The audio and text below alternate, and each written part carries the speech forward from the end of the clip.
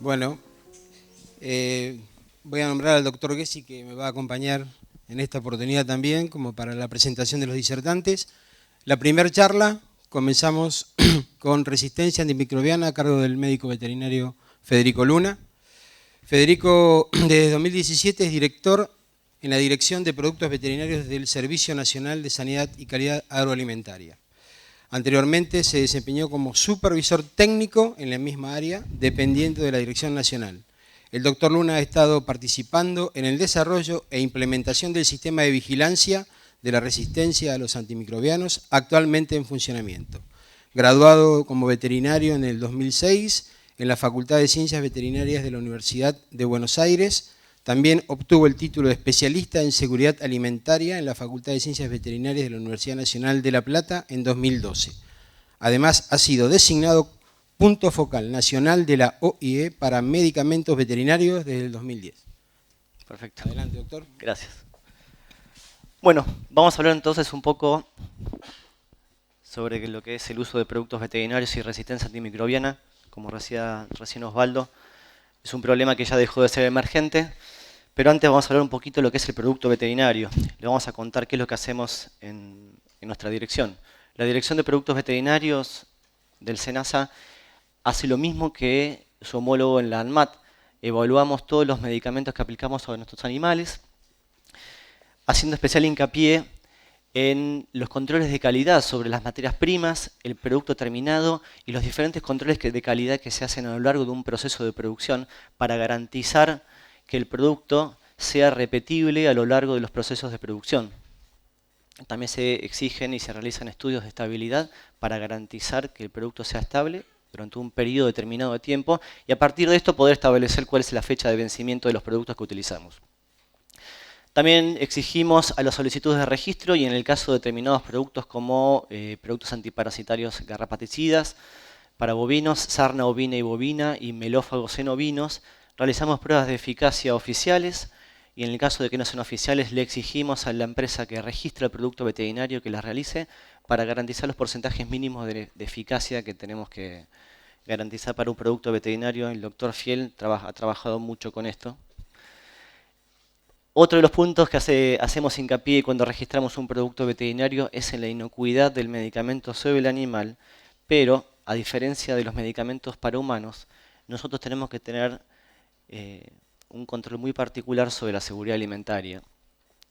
Garantizar que los alimentos que vamos a consumir que provengan de estos animales que recibieron medicamentos sean inocuos. Cualquier medicamento que apliquemos a un animal, cualquier medicamento que tomemos nosotros va a generar residuos a lo largo de un periodo determinado de tiempo. Y de esta manera podemos definir al residuo de medicamento veterinario como el compuesto presente en los tejidos después de la administración de un medicamento. Puede ser el mismo principio activo, los metabolitos de este o cualquier asociación que se puede hacer del metabolito o del medicamento con alguna estructura del alimento que después vamos a consumir. Un producto veterinario o un medicamento para humanos deja residuos, pero incluso se pueden obtener pequeñas trazas de residuos 3, 4, 5 años de administrar el medicamento. Siempre van a quedar residuos y esto es muy importante. Es por esto entonces que tenemos que tener en cuenta cuando hacemos estudios de residuos para establecer los periodos de retiro, los efectos de toxicidad aguda, toxicidad crónica que puedan generar, efectos sobre la reproducción, potencial carcinogénico como pueden ser residuos nitrofuranos, mutagénico y lo que nos interesa en este caso, esto no está andando bien, el efecto antimicrobiano que puedan llegar a tener. Los residuos de medicamentos veterinarios antimicrobianos, algunos metabolitos, incluso después de su metabolismo, siguen teniendo efecto bacteriostático bactericida. Por eso que es muy importante esto. A partir de esto, el Códex Alimentarios, del cual formamos parte, Argentina tiene voz y voto en este organismo internacional que establece estándares para el comercio internacional de los alimentos, tiene un grupo de expertos que realizan análisis de riesgo sobre diferentes sustancias a partir de información que le proveen los laboratorios que generan o desarrollan nuevas moléculas, y a partir de esto pueden establecer los límites máximos de residuos. El límite máximo de residuos es el resultado de un estudio de un análisis de riesgo sobre estudios de toxicidad aguda y crónica en animales y considerando las cadenas y las pirámides alimenticias de aquellos países que tienen una pirámide establecida y llegan finalmente al límite máximo de residuos, que se lo define como la concentración de una determinada sustancia que puede estar presente en el alimento y que podemos consumir durante toda nuestra vida sin que nos genere un perjuicio a la salud. Estos límites máximos de residuos nosotros los utilizamos para realizar las pruebas de depleción de residuos. Hablando básicamente, una prueba de residuos se basa en administrar el medicamento a un grupo determinado de animales. Hay un protocolo establecido para esto, cuántos animales, cuántos puntos de muestreo, y dependiendo de la matriz en la que vayamos a trabajar, si es tejidos, huevo, leche o miel, se administra el medicamento y se van tomando muestras de tejido o productos alimenticios a lo largo del tiempo, y una vez que el medicamento desciende por debajo del límite máximo de residuos, establecemos el famoso periodo de retiro, periodo de retirada, periodo prefaena, periodo preordeñe, periodo para descartar huevos, leche o miel. Eso es fundamental. Y acá es donde tiene un papel fundamental el uso racional del producto veterinario. SENASA tiene un programa de control e higiene de los residuos que justamente lo que hace es controlar esto, que los alimentos que van a consumo, no solamente para exportación, sino también para consumo interno, cumplan con este requerimiento. Así todo, y a pesar de todos los controles que realiza el SENASA, las exigencias para el registro de medicamentos veterinarios y demás, tenemos malas prácticas, como por ejemplo aplicaciones diferentes a las aprobadas por un determinado producto, combinaciones excesivas o innecesarias en individuos, utilización de antimicrobianos o antiparasitarios sin diagnóstico previo, subdosificación, que es un tema que vamos a hablar ahora particularmente, y el tiempo de administración inadecuado. Todo esto siempre lleva, y resumiéndolo en pocas palabras, a residuos con actividad antimicrobiana, subdosificación o el uso innecesario.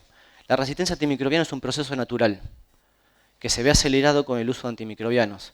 Bien o mal utilizados, los antimicrobianos aceleran el proceso de resistencia antimicrobiana. En el caso de uso innecesario, el diagnóstico es fundamental.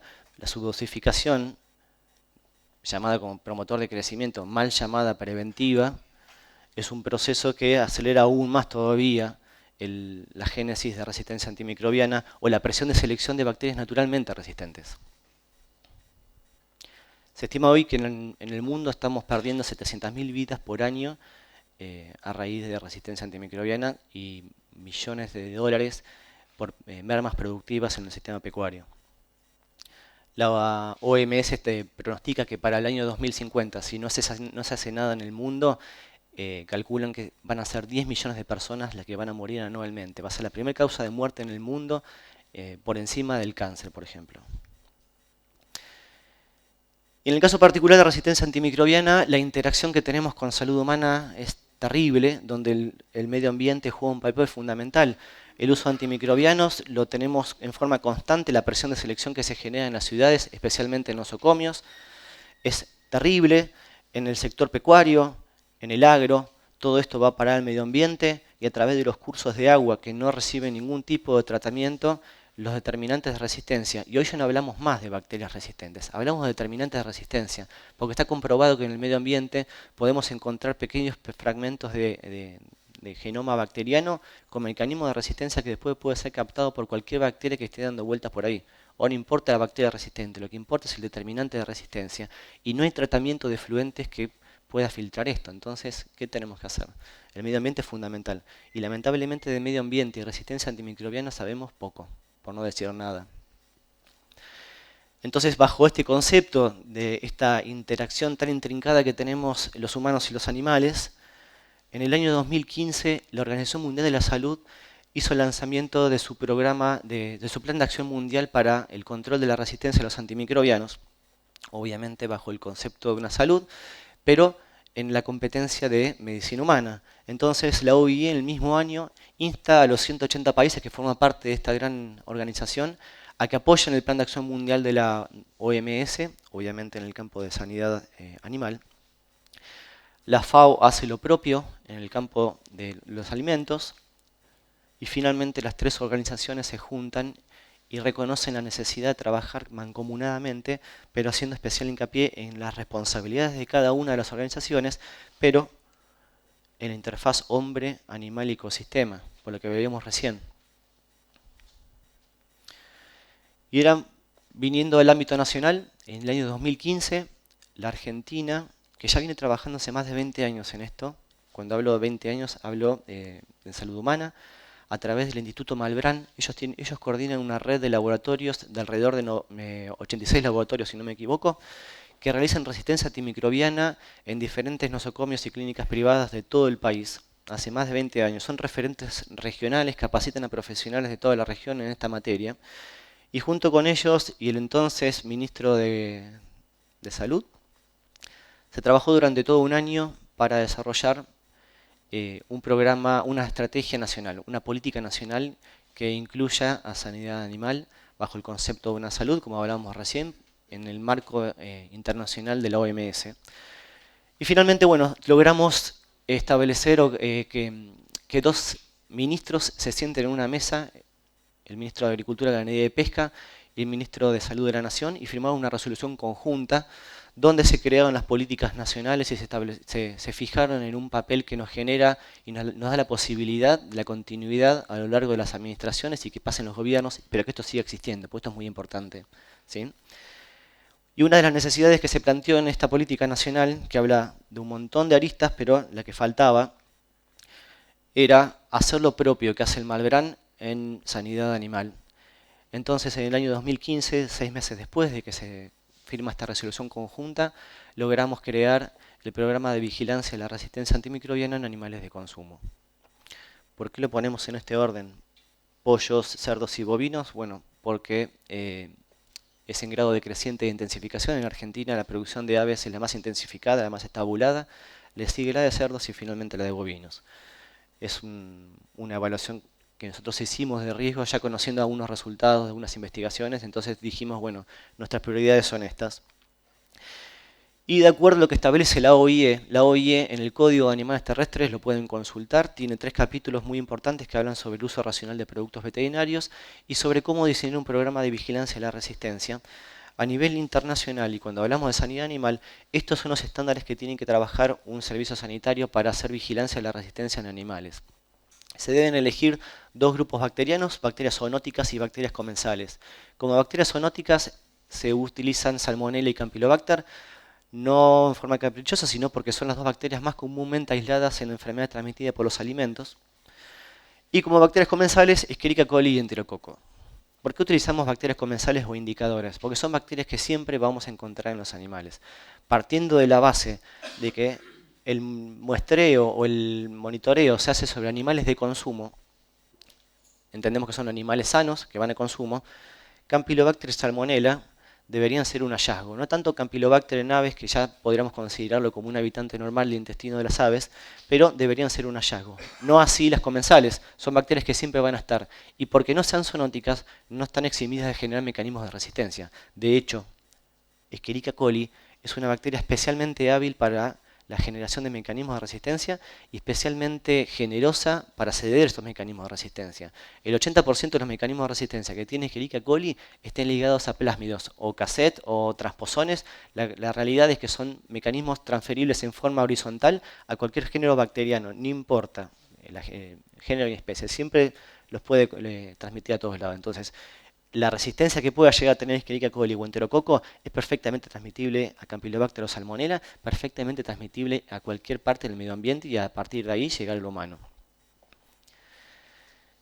Las muestras las tomamos en frigoríficos. ¿Por qué lo hacemos en frigoríficos? Bueno, justamente porque es el punto crítico donde la bacteria puede contaminar la canal y a partir de esto llegar a los consumidores, porque así también lo establece la OIE. Por cada toma de muestra que se hace, en el caso de acá tenemos aves, se labra un acta, porque el acto tiene que ser oficial. Los resultados que obtenemos en este programa de vigilancia después nos permiten analizarlos, hacer nuestro análisis de riesgo y a partir de eso poder tomar determinaciones. Por eso que es muy importante el documento de toma de acta para oficializar el dato que vamos a obtener después. Y esto que vamos a ver ahora son los resultados en aves y en cerdos que tuvimos en el año 2017. Durante el año 2018 trabajamos solamente con aves y este año solamente con porcinos. El año siguiente vamos a trabajar con bovinos y después vamos a volver nuevamente a las aves. ¿Por qué trabajamos de esta manera? Nos pareció que era la más acertada para nuestro sistema productivo, es el modelo que tiene Canadá. Y lo que hacemos es hacer ciclos de 3 años. Durante esa ventana de entre muestreo de aves y muestreo de aves que pasó 3 años, tenemos que haber trabajado en medidas de mitigación y vamos a ver entre muestreo y muestreo cómo fue variando los niveles de prevalencia de la resistencia. Esto que estamos viendo corresponde a la prevalencia de resistencia de Escherichia coli, como dijimos recién, la mejor indicadora que tenemos para resistencia. Se tomaron muestras de establecimientos de Córdoba, Santa Fe, Entre Ríos y la provincia de Buenos Aires. Elegimos estas provincias porque es donde se nuclea principalmente la producción de estos animales. Y fíjense, en el caso de las aves, el 60% de las bacterias son resistentes a la ampicilina, ácido anhidríxico, también 60%. No entendíamos por qué teníamos un 60% del ácido anhidríxico, porque el ácido anhidríxico no se utiliza en medicina veterinaria y no tenemos ningún producto registrado. Pero después nos asesoramos y fuimos aprendiendo y de la mano de la gente del Instituto Malbrán, quienes constantemente nos están capacitando, nos contaron y nos mostraron, después nos explicaron más técnicamente por qué, pero el ácido anhidríxico, la necesidad de generar este mecanismo de resistencia es un paso previo para poder generar mecanismos de resistencia a la enrofloxacina y la ciprofloxacina que sí se utiliza mucho en aves. Entonces, este 60% de bacterias que son resistentes al ácido anhidríxico van a terminar engrosando estas dos columnas.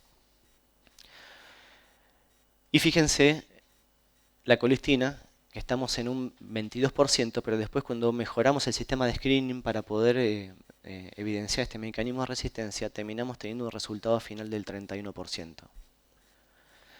Pero fíjense en líneas generales que estamos hablando de niveles que el 50% está por encima del 50% de los niveles de resistencia. No es poca cosa. Sabíamos que íbamos a encontrar resistencia, pero nunca nos imaginamos que iba a ser de esta manera. En el caso de los cerdos el panorama es peor. Fíjense que el perfil es totalmente distinto. Acá tenemos tetraciclinas a la cabeza y 90% de resistencia a tetraciclinas. O sea, a estas bacterias, darle agua mineral o darle tetraciclina es exactamente lo mismo, porque no tiene ningún efecto. Y esto lo usamos mucho cuando tenemos que hablar con productores de cerdos, porque para que entiendan que si utilizamos tetraciclinas como promotores de crecimiento, los estamos utilizando mal. Y si vamos a usar promotores de crecimiento, mínimamente hagamos un antibiograma y fijemos cuál es el mejor promotor de crecimiento que tenemos que utilizar. Porque acá estamos desperdiciando dinero y estamos generando una presión de selección constante sobre una flora bacteriana que no lo necesita. Y en el caso de los cerdos, el nivel de resistencia a la colistina es del 15%. Pero fíjense esto, los antimicrobianos que utilizamos para hacer las pruebas de sensibilidad antimicrobiana no son en la mayoría, muchos los compartimos con medicina humana, pero hay otros que no. Por ejemplo, cefalotina, el ácido anhidríxico no lo utilizamos, ellos sí lo utilizan. Y sin embargo tenemos mecanismos de resistencia y alert en el 40%. No traje los slides, pero hicimos un estudio buscando por qué tenemos mecanismos de resistencia a estos antimicrobianos si en medicina veterinaria los utilizamos. Bueno, justamente porque tienen complejos enzimáticos llamados beta-lactamasa de espectro extendido, AMC y BLE, y que le confieren resistencia no a un antimicrobiano, sino a toda la familia de antimicrobianos. Entonces esta bacteria jamás tuvo contacto con este antimicrobiano, pero es perfectamente resistente. Entonces, ¿qué nos queda? No nos queda otra que cuidar lo que tenemos, porque lamentablemente en medicina veterinaria las nuevas moléculas brillan por su ausencia. Las pocas nuevas moléculas que se van desarrollando, o por razones obvias, se utilizan en medicina humana, y nosotros siempre heredamos lo que se deja de usar en medicina humana. Entonces, lo poco que tenemos que cuidarlo. Haciendo especial hincapié en el diagnóstico, saber cuándo tenemos que utilizar un antimicrobiano y cuál es el más adecuado.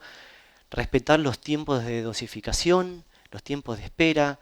en la medida de lo posible, y entendemos que no todos los veterinarios tienen alcance a un laboratorio de diagnóstico, pero aquellos que tengan alcance tienen que utilizarlo, un antibiograma, porque independientemente de la dosificación que sugiera el fabricante del medicamento, el antibiograma permite ajustar la dosis para tener un tratamiento efectivo.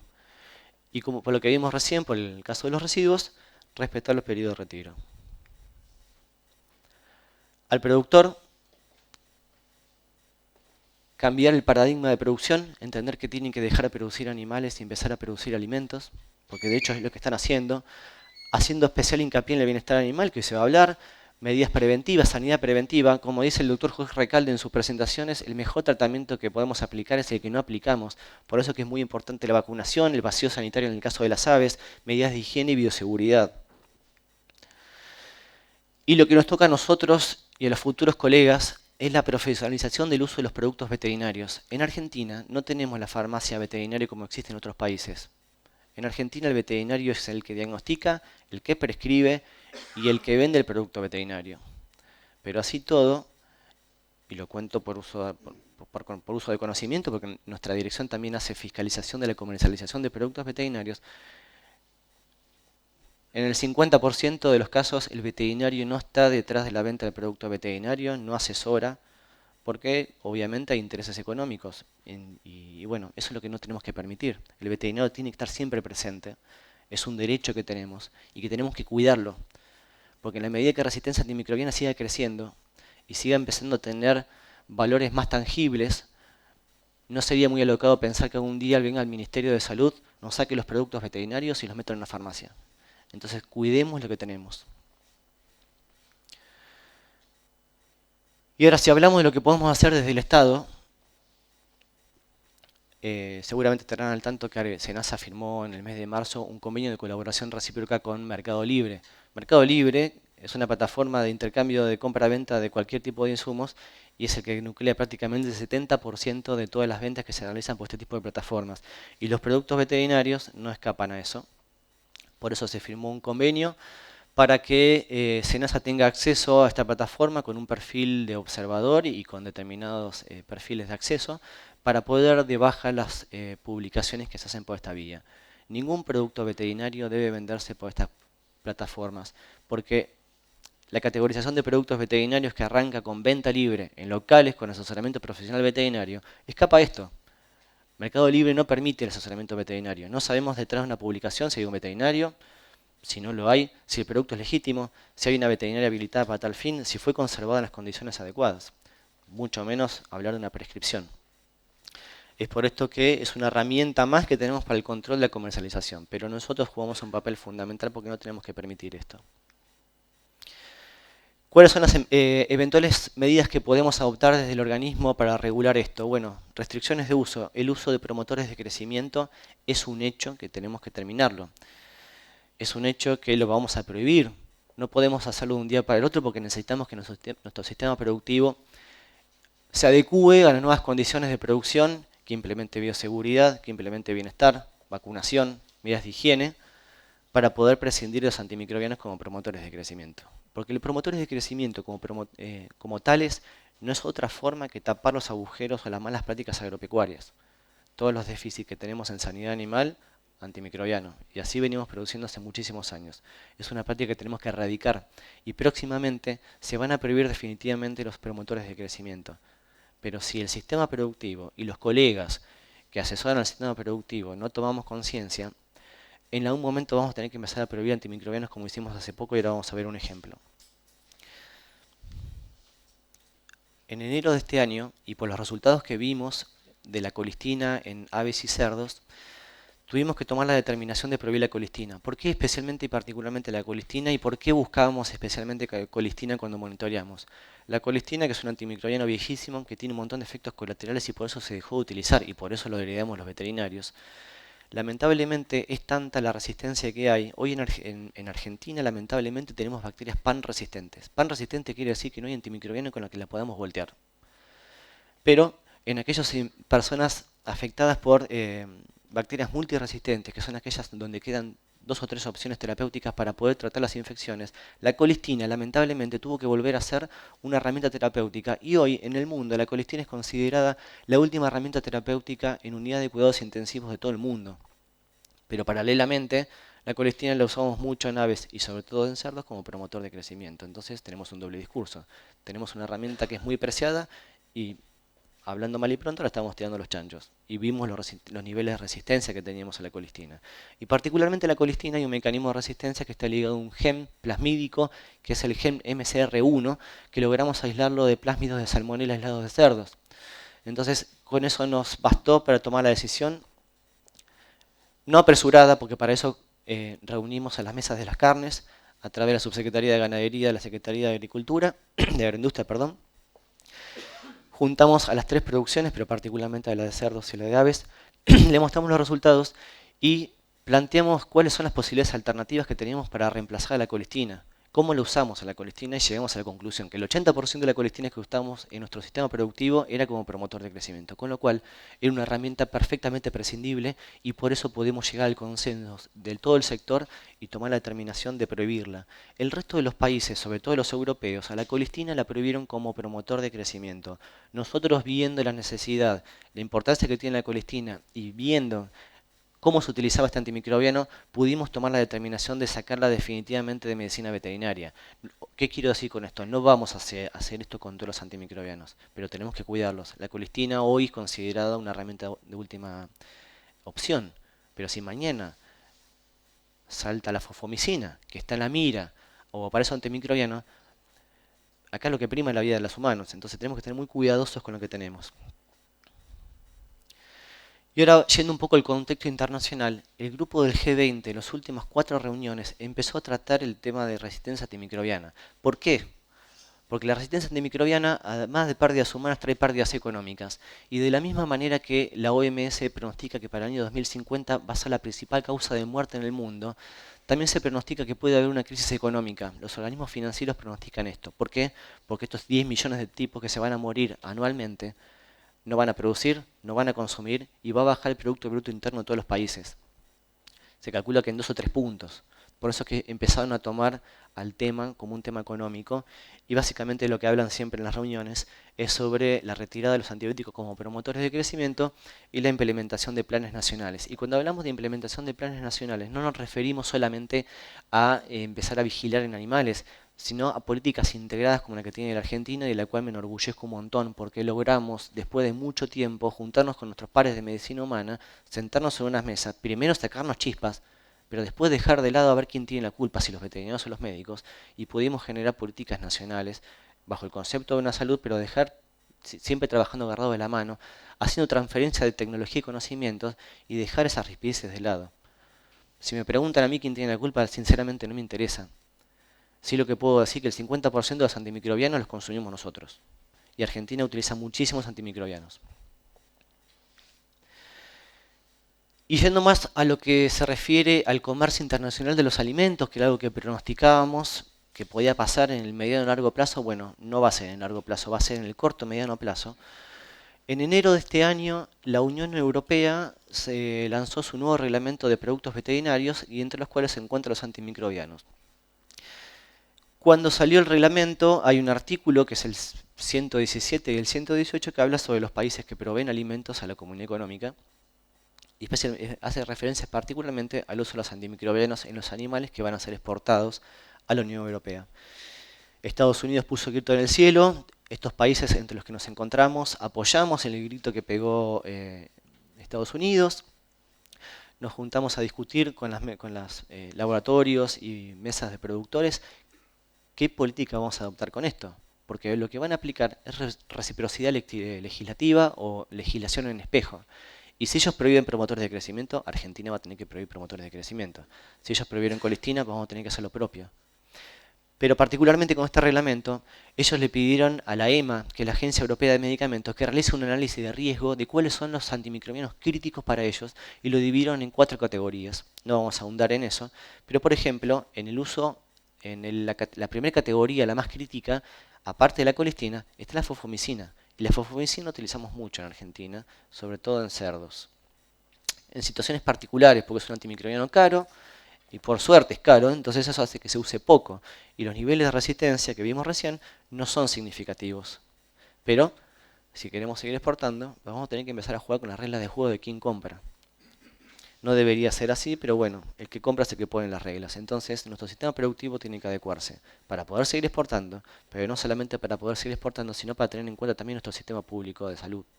Porque resistencia antimicrobiana no reconoce fronteras, los determinantes de resistencia viajan, y hoy la globalización es tan grande que donde viajamos llevamos determinantes de resistencia en nuestros cuerpos.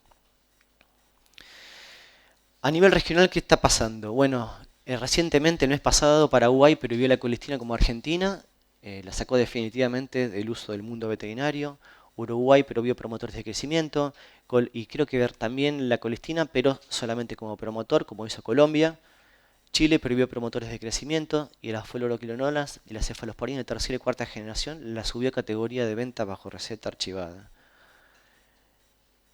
¿Qué vamos a hacer en Argentina? Bueno, en principio vamos a prohibir promotores de crecimiento. Tendremos que hacerlo en forma gradual para darle el tiempo suficiente a que nuestro sistema productivo pueda adaptarse y a entender cuáles son las nuevas reglas de juego.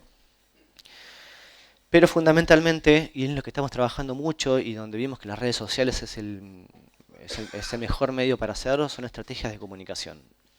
Estamos apuntando principalmente a tres objetivos. Primero el productor, después el veterinario, y este año estamos trabajando fuertemente con el consumidor, el que no sabe nada, pero que también tiene participación muy activa en esto. Bajo el concepto de una salud, resistencia antimicrobiana está en todos lados, y los consumidores son los que tienen que tener especial cuidado en medidas preventivas para evitar el uso de antimicrobianos. Y difusión y educación. Resistencia antimicrobiana podemos tener el mejor programa de vigilancia, mejor sistema de alertas, mejor sistema de salud, pero si no hacemos educación no sirve para nada, y creo que la única medida que podemos adoptar no solamente desde el Estado, sino de toda la sociedad, es la difusión. No hay forma. Va a ser la mejor herramienta o medida de mitigación que podamos tomar para hacer variar esos niveles de resistencia. Bueno, espero no verlos aburridos. Muchísimas gracias por la atención.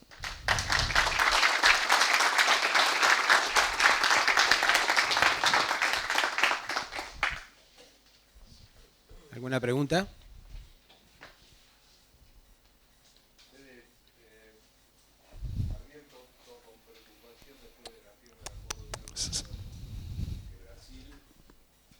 Que Brasil está absolutamente tranquilo con este tema, por lo menos no se advierte mucho movimiento. Por lo menos así lo manifiesta.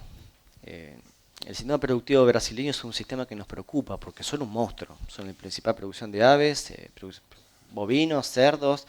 Sabemos cómo utilizan los antimicrobianos.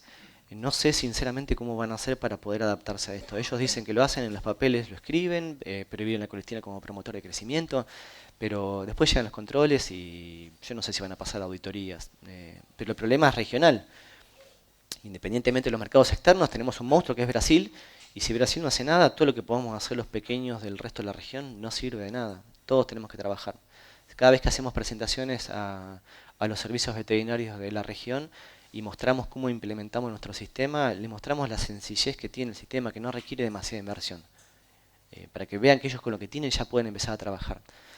Sin duda es una guerra que se nos plantea interna como bloque ahora, pensando en el acuerdo Mercosur-Unión Europea, porque, a ver, todos los promotores, que en definitiva tapan los problemas de, como bien lo dijiste, malas prácticas, malas prácticas, implican sin duda alguna mejorar la eficiencia en la producción. En ese sentido, gana Brasil por eso, y los países que aplican, o mejor dicho, que inhiben el uso de promotores, pierden este sentido, con lo cual hay una guerra comercial en el medio y hay mucho interés y mucha plata en juego, lo cual va a generar en los próximos 2 años, calculo, muchas discusiones en el bloque. Eso inicialmente sí, se planteaba como una competencia desleal, si lo podemos llamar. Pero hay trabajos muy buenos, sobre todo uno que hizo INTA Castelar, que está trabajando activamente con clostridios, particularmente en aves, y han demostrado que esa eficiencia productiva que daba de entre un 10 y un 15% por el uso de promotores de crecimiento, estamos hablando de un 5% o menos, justamente por estos niveles de resistencia que estamos viendo. O sea, ya la promoción de crecimiento no sirve como tal, no tiene los beneficios que tenía en su momento. Y particularmente en Argentina y especialmente en cerdos, están trabajando con granjas, entre comillas, experimentales, donde han modificado determinados puntos críticos. Cada granja es un mundo y tiene una realidad, pero han demostrado que ajustando un poco las tuercas en determinados puntos críticos, por ejemplo, algo muy sencillo, la desinfección y el lavado de las jaulas cuando ingresan al establecimiento, han reducido significativamente el uso de antimicrobianos. Muchos han determinado que no se utilizan más antimicrobianos por administración oral, que es la que genera mayor presión de selección, y solamente utilizan en forma inyectable y individual. En cerdos es bastante más aplicable, en aves es un poco más difícil, pero sí sé que Cepa y Capia están trabajando con granjas experimentales con producción, entre comillas, sin antimicrobianos, porque no se puede producir sin antimicrobianos, seamos sinceros, la producción necesita antimicrobianos para producir, es una herramienta productiva y terapéutica, pero sí se puede producir con una cantidad significativamente menor de antimicrobianos. Y ya empezaron a hacer las cuentas de cuánto cuesta producir sin antimicrobianos. Y la diferencia no es tanto. Al principio la inversión puede llegar a generar bastante, puede ser onerosa, pero una vez que ya estás inserto en un sistema de producción con medidas de bioseguridad y sobre todo bienestar animal, es perfectamente aplicable. Federico, vos bien planteaste el tema este, que es una preocupación de todos los veterinarios y de las instituciones, el tema de la resistencia, y bien planteaste que es muy importante el rol que tiene el veterinario no solo en la prescripción, sino en el expendio. Vos sabés muy bien que nosotros como institución hace años, tanto a nivel provincial como a nivel nacional, venimos reclamando básicamente la comercialización que se hace en forma indiscriminada de todo tipo de zooterápicos, ya sea en grandes como en pequeños. Anoche hablamos que consideraban ustedes que el tema que está pasando en pequeños es tan o más importante que el que está pasando en grandes. Todos conocemos la problemática y sobre todo en lo que es la producción, que es distribuidor o laboratorio directamente en la puerta de la tranquera. Nunca pasa por la prescripción, ni mucho menos por el expendio del veterinario.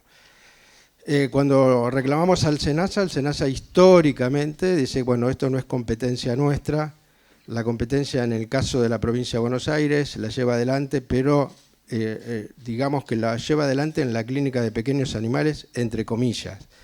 En el tema de grandes animales es un vacío total. Entonces, vos lo planteás como realmente que hay que tener un llamado de atención porque nos van a sacar, y yo creo que es importante que el veterinario tenga el expendio y la prescripción. ¿Qué hacemos? Bueno, pregunta compleja si las hay. Argentina tiene una ley nacional, que es la 13.636, que establece el registro de productos veterinarios, el expendio a través del reglamento del decreto que reglamenta esta ley, que tiene que ser en lugares habilitados. Pero como Argentina tiene un sistema de gobierno federal y tiene constituciones provinciales, prácticamente todas las provincias, son muy pocas, una o dos, que no tienen ley provincial para la comercialización de zooterápicos. Entonces, ¿qué papel le queda a SENASA? En aquellas provincias donde tiene una ley provincial no podemos meternos, pero así todo lo hacemos porque donde no se aplica la ley, nosotros vamos y aplicamos nuestra ley nacional, obviamente con la colaboración de la provincia y el colegio de la provincia a través de los convenios de colaboración recíproca.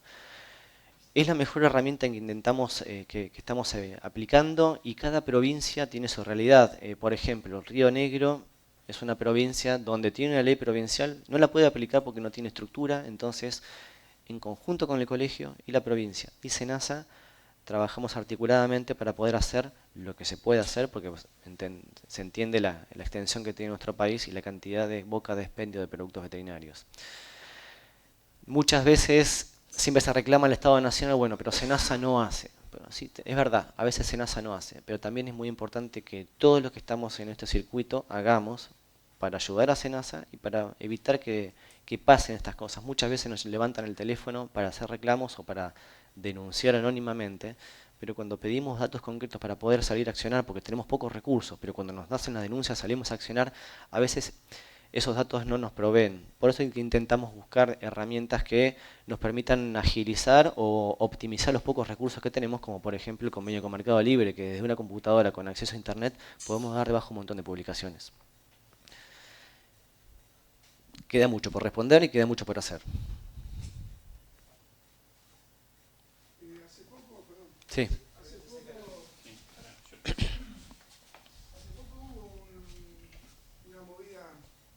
Buen día. Buen día. Una movida de SENASA donde salieron en lo personal lo vi en Benito Juárez, donde estoy yo. SENASA estuvo haciendo algunas inspecciones en algunos locales y bueno, fue un reclamo que veníamos haciendo también nosotros hacia el colegio, ¿no? Y calculo que vino por ahí. También vimos lo de Mercado Libre, pero a los 2 días los mismos productos que habían dado de baja estaban nuevamente publicados. Lamentablemente tenemos una sociedad, somos todos parte de esta sociedad donde somos muy individualistas, ¿no? Y como decía hace un rato, no sé su nombre, bueno, hoy por hoy el veterinario, muchas veces el producto ya ni en el diagnóstico estamos, porque van directamente a las cuevas o a los grandes lugares donde venden mucho más barato que la distribuidora, y van y compran, bueno, no es el tema, pero un antiparasitario o antibióticos, los aplican y nosotros ni enterados vamos después a ver qué es lo que pasó. Porque antes venían a buscar el fármaco y ahí teníamos la interacción con el productor o si es pequeño con el dueño del animal. O sea que cada vez está más difícil ese tema porque es como que se está dejando también las veterinarias de lado, yendo a lugares donde no hay ni un veterinario a cargo y son, capaz que hay un veterinario que firma, pero no está atendiendo y es un supermercado. Así que yo lo veo muy complejo desde el punto de vista, cuando decimos, bueno, seamos responsables y cuidemos. En lo personal vivo enojado con este tema, porque no puedo hacer nada. Creo que la directiva tiene que venir de arriba hacia abajo. Lamentablemente somos hijos del rigor y creo que si no viene algo fuerte de arriba, cada vez va a ser peor este tema, ¿no? Sí, sin duda que hace falta control. Estoy de acuerdo con eso, hace falta control. Y como bien dijiste, los argentinos somos hijos del rigor y si no tenemos a alguien que nos está apurando de atrás, muchas veces no nos movemos. Pero también tenemos veterinarios prestafirmas, como bien dijiste, que van, ponen la firma y después se van, no tienen ni idea. Si yo caigo sobre una inspección, el veterinario no va a estar, no está ni enterado de lo que está haciendo, no está ni enterado de lo que está haciendo el propietario de ese lugar. El cambio lo tenemos que hacer todos, es necesario. Por más que seamos hijos del rigor, si no cambiamos la forma de pensar y de producir, no vamos a llegar a ningún lado. De nada sirve un Estado paternalista y omnipotente que tenga un poder absoluto como tuvo un momento en la Unión Soviética y donde el gobierno decía algo, todos tenían que actuar. Por algo hay diferencia entre países, tenemos que empezar de otra manera. Los colegas tienen que entender el peso que tiene la firma del veterinario y no prestar la firma para ejercer una dirección técnica de una distribuidora o una veterinaria y después se va a trabajar a otro lado. La firma tiene un peso, por algo estudiamos tanto tiempo. Y tienen que entender también el papel que tiene la función de la profesión veterinaria en lo que es salud pública. Acá a nosotros nos enseñan a cuidar. Hoy está cambiando el paradigma, sobre todo en los nuevos profesionales que están por egresar. Pero muchas veces tenemos un mal concepto de la profesión. Es bastante más amplia y si no la cuidamos, otras profesiones van a venir, de acuerdo a sus competencias, a quitarnos funciones. El veterinario tiene un papel fundamental. Es el único profesional que conoce el plato desde que es un embrión hasta que llega al plato. Son pocas las profesiones que nos habilitan para trabajar en tantos campos laborales. Y muchas veces no tenemos en cuenta eso y nos encajonamos en cuidar o curar animales y esa no es la función del veterinario, es bastante más amplia. Entonces, ¿tenemos culpa del Estado? Sí, pero tenemos culpa todos los colegas y yo me hago cargo porque soy veterinario. Tengo colegas que hacen clínica, que hacen salud pública, que hacen bromatología y me canso de discutir porque veo cosas que las estamos dejando de lado y tenemos que tener en cuenta eso, el peso que tiene nuestro título. ¿Hace falta control? Sí, hace falta control, pero hace falta también un cambio de paradigma, una forma de pensar distinta. No podemos estar esperando que nos venga de arriba el martillazo en la cabeza para accionar. Tenemos que ser un poquito más proactivos, creo. Hola, muy interesantes tus acá. Los resultados que mostraste y preocupantes también. Un comentario y una pregunta. El comentario es que yo también trabajo en medicina humana y los porcentajes que mostraste son muy parecidos a los que nosotros vemos. Y la pregunta es si tienen algún resultado sobre resistencia en enterococos. Sí, tenemos. El tema es que con enterococos empezamos a buscar recién el año pasado, entonces no tengo un comparativo entre las 3 especies, por eso no trajimos estos resultados. No tanto como Escherichia coli, pero se parece bastante que enterococo, obviamente, a otros antimicrobianos. Este año vamos a hacer el intento de hacer un muestreo en clínicas veterinarias sobre pequeños animales, perros y gatos, para ver qué vemos, para ver qué encontramos, porque estoy seguro que va a ser bastante más parecido a lo que vos ves en medicina humana. Me refiero al perfil de antimicrobianos, porque la diferencia que tiene la producción con los animales de compañía es que estos tienen la posibilidad de recibir productos veterinarios y especialidades de medicina humana. Y se utiliza mucho, por lo menos en Capital Federal se utilizan muchísimos antimicrobianos que se compran en farmacias de humana, prescriptos correctamente, pero se utilizan. Y entonces estamos generando otra presión de selección. Y aparte tenemos que tener en cuenta un factor muy importante, decime cuando corto, que es la relación íntima que tiene el propietario con la mascota. Entonces, estoy seguro que los niveles de resistencia que vamos a encontrar pueden llegar a ser parecidos en los porcentajes, pero totalmente distintos a los antimicrobianos que estamos viendo, incluso bastante más peligrosos. Así que nos vamos a desayunar con eso cuando hagamos ese muestreo. Bueno, muchas gracias. Es más que nada una curiosidad, sé que puede ser larga la respuesta, pero lo más breve que se pueda. Dentro de uno de los usos que tienen los antimicrobianos es el tema de la metafilaxia en la producción animal, y es cierto que prácticamente son indispensables para la producción. Pero una de las bases de la metafilaxia para que funcione, que la metafilaxia sea efectiva, es la inmunidad animal. ¿Hay alguna relación, algún estudio que se haya hecho con el uso de vacunas y el uso de antimicrobianos? O sea, a lo que voy es, el poco uso de las vacunas, si está determinando que estemos utilizando más un antimicrobiano, más que como metafilaxia, ya como curativo o profiláctico. Seguramente debe haber algún estudio hecho. Y este año que vamos a trabajar con cerdos, tenemos la intención de hacer un muestreo diferencial con cabañas. Porque los animales de cabaña obviamente tienen otras condiciones de bienestar, tienen otra sanidad, ni hablar que reciben todos los planes de vacunación. Ahí queremos ver qué diferencia encontramos. Posiblemente ahí tengamos algo, no para ser concluyentes, pero posiblemente algo que nos permita mostrar la diferencia entre vacunar y no vacunar. Este año esperamos tener alguna respuesta, pero seguramente algún estudio debe haber y lo desconocemos. Yo calculo que aves, que es bastante más intensificado y que incluso los animales ya vienen vacunados in novo, ya debe haber estudios hechos y que son concluyentes. Bueno, muchas gracias. Muchas gracias.